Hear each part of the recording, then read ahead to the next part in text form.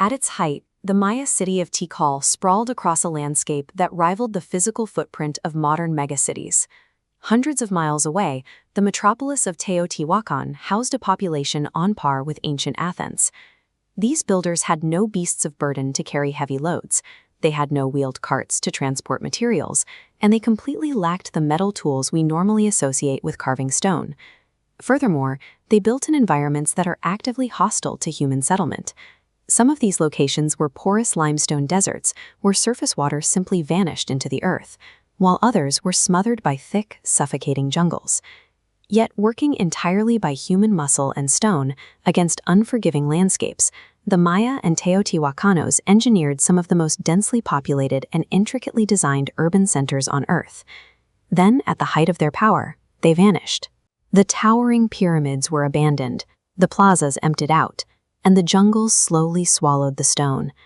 There is no evidence of an asteroid strike, alien intervention, or a massive foreign invasion that wiped them off the map.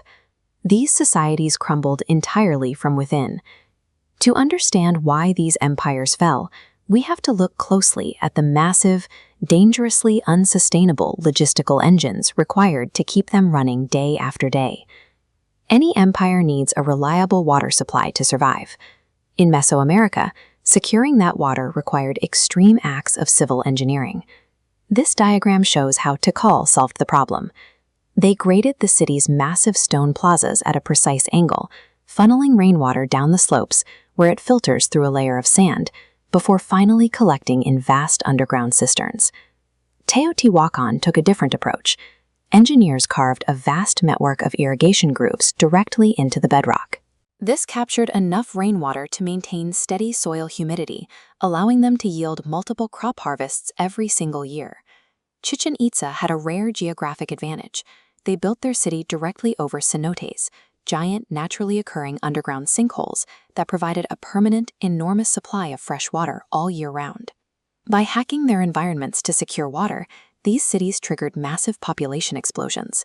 But clustering hundreds of thousands of citizens in one place immediately introduced a new logistical nightmare: how to manage and control them. To maintain strict social order, the ruling elites weaponized architecture. They designed monuments meant to project divine authority and extract grueling physical labor from the public. Here, in this wide view of the Pyramid of the Sun, you can see the ultimate example of labor extraction.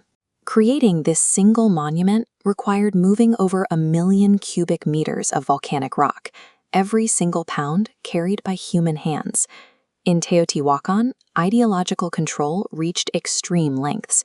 To match a new cosmic alignment based on the stars, the leaders ordered the entire population to tear down their existing homes and rebuild them so the city's grid rotated exactly 15.5 degrees. This is the massive walled ball court at Chichen Itza. Here, leaders supplemented their architectural awe with physical terror.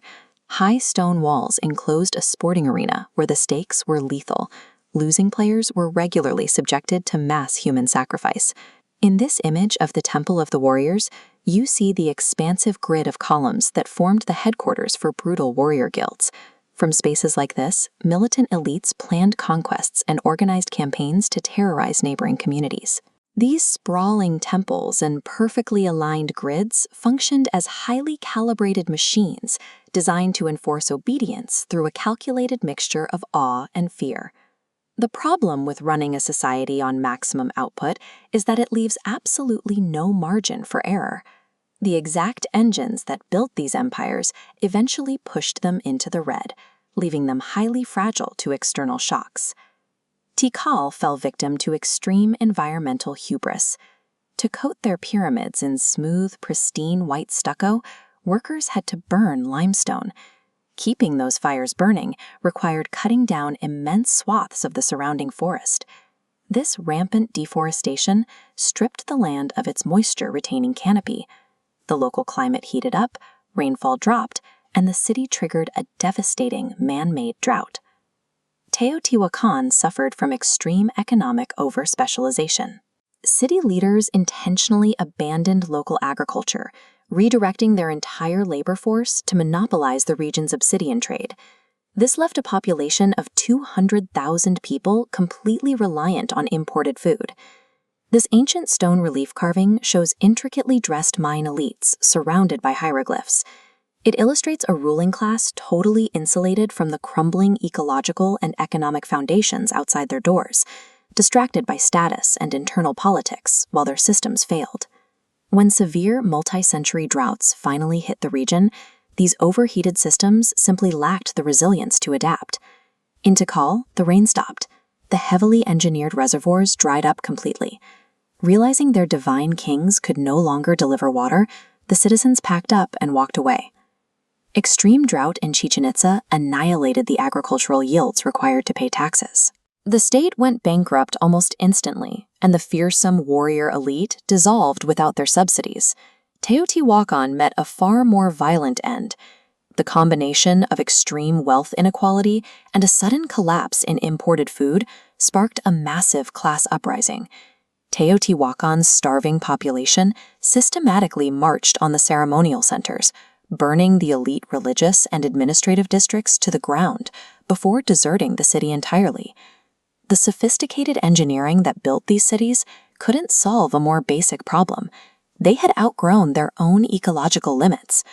The monumental ruins we admire today stand as physical proof that no amount of architectural brilliance, ideological control, or state terror can save a civilization once it outgrows its ecological and social limits.